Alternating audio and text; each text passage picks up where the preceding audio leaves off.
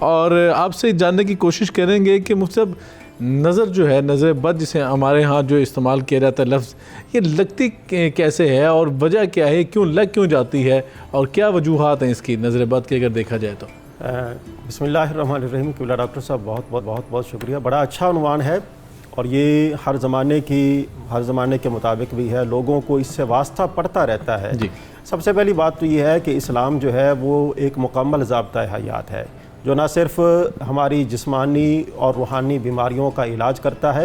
بلکہ ہمیں حفاظتی اقدامات جو ہیں وہ بھی ہمارے لیے حفاظتی اقدامات بھی طے کرتا ہے کہ آپ نے ان کے اوپر عمل کر کے اپنی زندگی کو بہتر سے بہتر بنانا ہے۔ اور جہاں تک تعلق ہے آپ کے سوالات کا کہ نظر لگتی کیوں ہے، دیکھیں حدیث پاک کے اندر آتا ہے کہ ہر نعمت جو ہے اس کے اوپر یا تو حسد کیا جائے گا یا اس کے اوپر رش کیا جائے گا، اور جب حسد کیا جاتا ہے تو حسد کیے جانے کی وجہ سے اس نعمت کے زوال یا چھن جانے کا اندیشہ ہوتا ہے۔ اسی وجہ سے دین اسلام نے جس کو نظر لگتی ہے اس کو بھی حفاظتی اقدامات جو ہیں ان کو اپنانے کے اوپر زور دیا ہے، اور جو نظر جس کی وجہ سے لگی ہے اس کو بھی ان تعلیمات کے اوپر توجہ دلانے کا حکم دیا ہے۔ بنیادی طور پر نظر جو ہے وہ تین چیزوں کی وجہ سے لگتی ہے، ایک تو حسد کی وجہ سے لگتی ہے، دوسرا تعجب کی وجہ سے، خوشی کی وجہ سے، جس طرح کے ماں باپ ہیں اپنے بچے کو دیکھتے ہیں تو دیکھنے کی وجہ سے ان کی نظر بھی ان کو لگ سکتی ہے، اور تیسری صورت یہ ہے کہ بسا اوقات نظر جو ہے وہ ایک گنونی صورت بھی اختیار کر سکتی ہے، حسد ہے، تعجب ہے، اور اس کے علاوہ یعنی کہ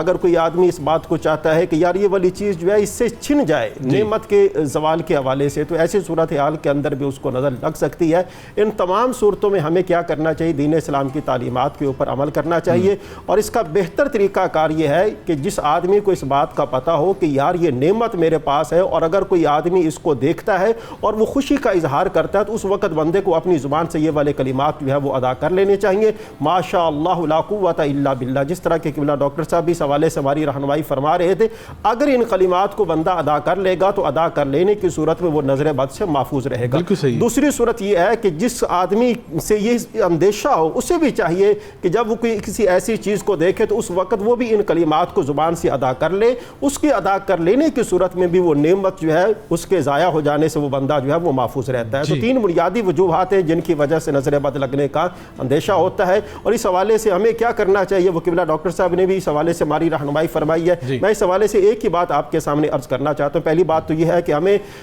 پنجگانہ نمازیں جو ہے وہ باجماعت باقاعدگی کے ساتھ ادا کرنی چاہیے، اور دوسرے نمبر پر یہ ہے کہ ہمیں تلاوت کلام عزیز جو ہے اس کو اپنا معمول بنانا چاہیے۔ تیسرے نمبر پر یہ ہے کہ جب بھی گھر کے اندر داخل ہوں تو ہمیں آیت الکرسی جو ہے وہ پڑھنی چاہیے، اور جب گھر سے باہر نکلے تو بھی ہمیں آیت الکرسی جو ہے اس کو پڑھنی چاہیے، اور معوذتین صبح و شام یہ والے جو ہے یہ دونوں کی دونوں صورتیں جو ہیں ہمیں پڑھتے رہنا چاہیے۔ اور اس کے علاوہ یہ ہے کہ جب گھر میں داخل ہوں تو بسم اللہ پڑھ لیا کریں، اور اسی طرح سب سے زیادہ یہ ہے کہ ان چیزوں کے اثرات جو ہیں وہ کپڑے جب پہنتے ہیں مطلب تبدیل کرتا ہے تو اس وقت ہوتا ہے، تو اس بندے کو چاہیے کہ اس وقت بھی بسم اللہ الرحمن الرحیم کے کلمات کو ادا کر لے۔ اور اسی طرح جب ہم لوگ واش روم کے اندر جاتے ہیں تو واش روم میں جانے سے پہلے بھی اگر ہم بسم اللہ الرحمن الرحیم کو پڑھ لیں گے تو یقیناً ان کلمات کی برکت سے اللہ تبارک و تعالی ہمیں ہر قسم کی آفت، بلیت اور نظر بد سے محفوظ جی بالکل یقیناً جب بندہ نبی پاک صلی اللہ علیہ وسلم کی بتائی ہوئی دعاؤں کے حصار میں رہتا ہے، اللہ کی حفاظت میں رہتا ہے، اور ایسی جو بیماریاں روحانی جو ہیں، روحانی بھی دوسری جسمانی بیماریاں جو ہیں ان سے ہی بچا رہتا ہے،